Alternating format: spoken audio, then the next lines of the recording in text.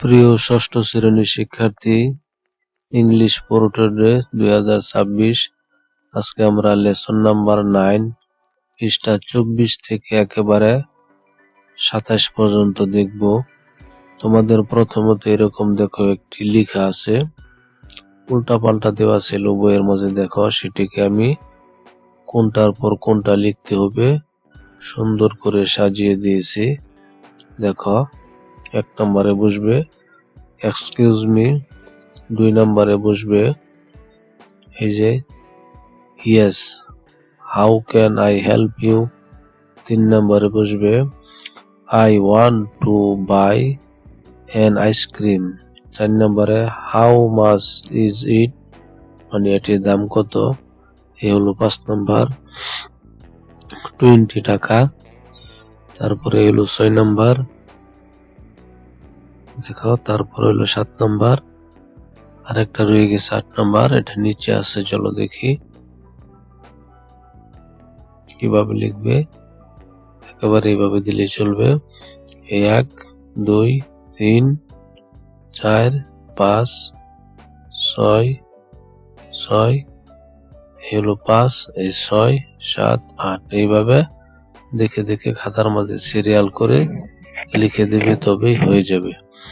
এবার চলো 25 নাম্বার পৃষ্ঠা আরেকটি বক্স আছে, সেটি কিভাবে এ কলাম বি কলাম উত্তর দিবে। এই দেখো এ কলাম এইটুকু আছে আর বইয়ের মাঝে এইটুকু আছে, উল্টা পাল্টা দেওয়া, তুমি এর সাথে এটা দিয়ে দিবে, এটুকু না দিলেও চলবে। বি এই 2 নম্বরে এটা দিবে, 3 নম্বরে এটা দিবে, এটুকু না দিলেও চলবে। তারপরে এটার সাথে এটা মিলাবে, এটার সাথে এটি, এর সাথে এটি, তারপর এইভাবে একে একে মিলিয়ে দিবে। আমি এখানে মিলিয়ে দিয়ে দিয়েছি। তারপরে চলো দেখি C1, C1 এ দেখো আরেকটি বক্স আছে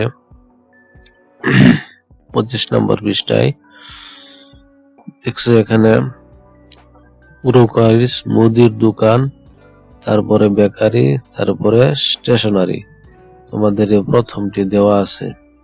এখন বলতেছে মুদির দোকানে আর কি কি পাওয়া যায়, এরকম আরো আইটেমের নাম লেখো। যেমন দিয়েছি এ কিলো অফ রাইস, মানে চাউল পাওয়া যায় সেটা, তারপরে সুগার চিনি পাওয়া যাবে।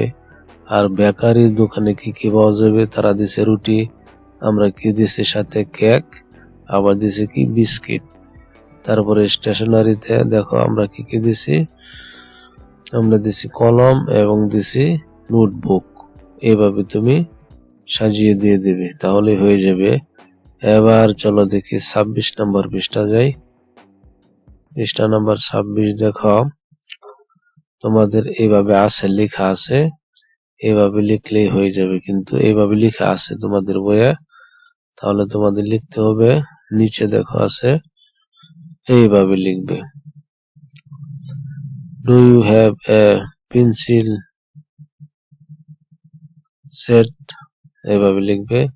Yes I have, how much is it, তারপরে বি নাম্বারে কনভারসেশন, মানে তুমি এখানে নাম দিতে পারো আর কি, তোমার নাম এবং দোকানদারের নাম দিয়ে দিবে, তাহলে এইভাবে হয়ে যাবে কনভারসেশনটি।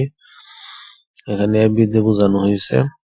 তারপরে দেখো 27 নাম্বার পৃষ্ঠা,